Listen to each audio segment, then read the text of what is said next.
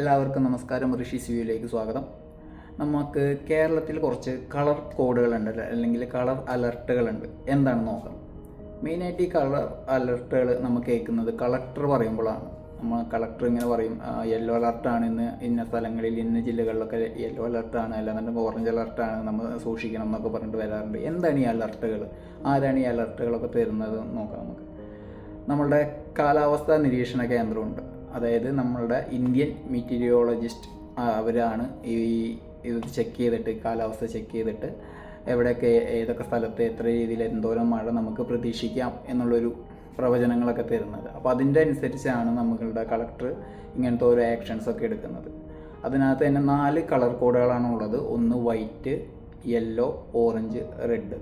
മഴ കിട്ടാനുള്ള ചാൻസ്, അതിൻ്റെ വോളിയം അതൊക്കെ നോക്കിയിട്ടാണ് ഇത് കണക്കാക്കുന്നത്.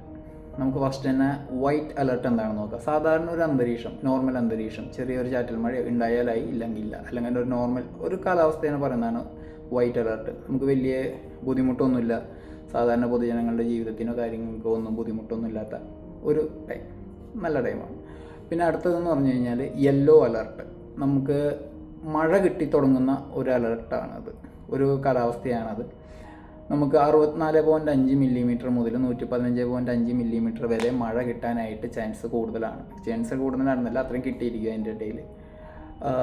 വലിയ ബുദ്ധിമുട്ടൊന്നും ഉണ്ടാവില്ലെങ്കിലും ചെറിയൊരു ട്രാഫിക് ബ്ലോക്ക് കാര്യങ്ങളൊക്കെ ഉണ്ടാവാൻ ചാൻസ് ഉണ്ട്. പെട്ടെന്നുള്ള മഴ കാരണം കൊണ്ട് ചിലപ്പോൾ നമ്മൾ ഉപയോഗിക്കുന്ന കാന, അതേപോലെ തോടുകളൊന്നും വൃത്തിയല്ല എന്നുണ്ടെങ്കിൽ വെള്ളം കെട്ടിക്കാനും, അതേപോലെ അവിടെയുള്ള വേസ്റ്റൊക്കെ പുറത്തേക്ക് വരാനും, റോഡുകളിലൊക്കെ കുഴിയിലൊക്കെ പറയാൻ പാടില്ല, എന്നാലും റോഡിൻ്റെ കുഴിയിലൊക്കെ മഴവെള്ളം കെട്ടി കിടക്കാനും ഒക്കെ ചാൻസ് കൂടുതലുള്ള ഒരു സമയമാണത്. അപ്പോൾ കൂടുതലും ഈ ഒരു യെല്ലോ അലർട്ട് വന്നു കഴിഞ്ഞാൽ വീട്ടിലുള്ള കുറേ പാത്രങ്ങളൊക്കെ ഉണ്ടാവും, പുറത്തൊക്കെ വെച്ചിരിക്കുന്ന പാത്രങ്ങളിൽ മഴവെള്ളം ഒന്നും കെട്ടിക്കിടക്കാതിരിക്കാൻ വേണ്ടി നമ്മൾ സൂക്ഷിക്കുക. അതേപോലെ തോടുകളും കനാലുകളൊക്കെ വൃത്തിയാക്കാൻ പറ്റുമെന്നുണ്ടെങ്കിൽ വൃത്തിയാക്കുക. വാട്ടർ ഒരിടത്ത് കെട്ടിക്കിടക്കാതെ ഇങ്ങനെ ഒഴുകി പോകാനുള്ളൊരു അവസരം ഉണ്ടാക്കി കൊടുക്കുക. അങ്ങനത്തെ ഒരു ടൈമാണ് യെല്ലോ അലർട്ട്.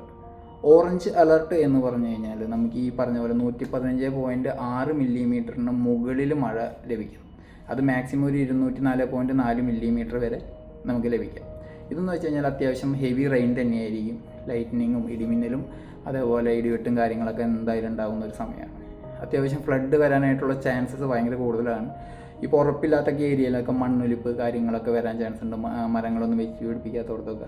ലൈറ്റ്നിങ് ഉള്ളതുകൊണ്ട് തന്നെ കേരള ഡിസാസ്റ്റർ മാനേജ്മെൻറ്റ് അതോറിറ്റി നമ്മളോട് പറഞ്ഞിട്ടുണ്ട്, ഈ പൊതുവായിട്ടുള്ള സ്ഥലങ്ങളിലൊന്നും നിൽക്കരുത്, അതേപോലെ മരത്തിൻ്റെ ചുവട്ടിലും നമ്മൾ നിൽക്കരുത്, അതേപോലെ കാറ് കാര്യങ്ങളൊന്നും പാർക്ക് ചെയ്യരുത്. കാരണം മഴയത്തൊക്കെ മണ്ണൊലിച്ച് പോയിട്ട് അവിടെ ഒന്നില്ലെങ്കിൽ മരം വീഴാം, അല്ലാന്നുണ്ടെങ്കിൽ കാറ്റത്ത് അതിൻ്റെ കൊമ്പൊടിഞ്ഞ് വണ്ടിയുമൊക്കെ വീഴുക, അല്ലാന്നുണ്ടെങ്കിൽ നമ്മളുടെ മേത്തൊക്കെ വീണിട്ട് അപകടങ്ങൾ ഉണ്ടാകാനായിട്ടുള്ള ചാൻസ് ഉണ്ട്. അപ്പോൾ അത്തരം സാഹചര്യങ്ങളിലൊക്കെ കൂടുതലും ഷെൽട്ടറൊക്കെ യൂസ് ചെയ്യാനായിട്ട് നമ്മളോട് പറയുന്നുണ്ട്.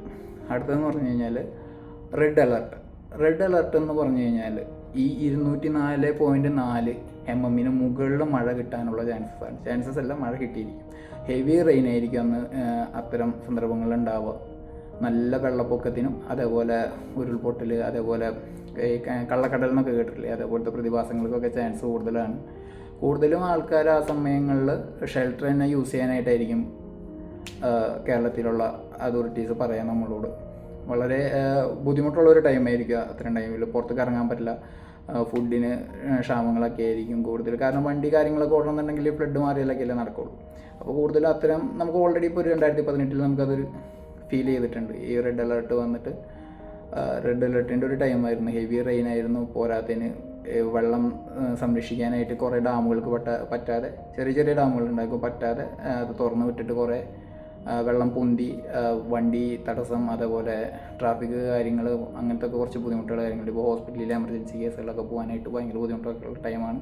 പോരാത്തതിന് പകർച്ചവ്യാധികളും, പലതരം പകർച്ചവ്യാധികൾ, പല ഏരിയയിൽ നിന്ന് പല സ്ഥലത്തുനിന്ന് വരുന്ന മണ്ണും വെള്ളം മിക്സ് ആയിട്ടാണല്ലോ വരുന്നത്. അപ്പോൾ അവിടത്തേക്ക് കൂടെ വരാനുള്ള പകർച്ചവ്യാധികളുടെ ചാൻസസും ഭയങ്കര കൂടുതലാണ്. അപ്പോൾ ഈ ഒരു 4 അലർട്ടാണ് കേരളത്തിലുള്ളത്: yellow, white, orange and red. നിങ്ങൾക്ക് മനസ്സിലായി കാണുമെന്ന് വിചാരിക്കുന്നു. ഇതെല്ലാം പുറപ്പെടുവിക്കുന്നത് കേന്ദ്ര കാലാവസ്ഥാ നിരീക്ഷണ കേന്ദ്രത്തിൽ നിന്നാണ്. കേരളത്തിൽ ഇതിന് റിപ്പോർട്ട് ചെയ്തതിന് ശേഷം കളക്ടറാണ് ഒരു തീരുമാനം എടുക്കുന്നത്.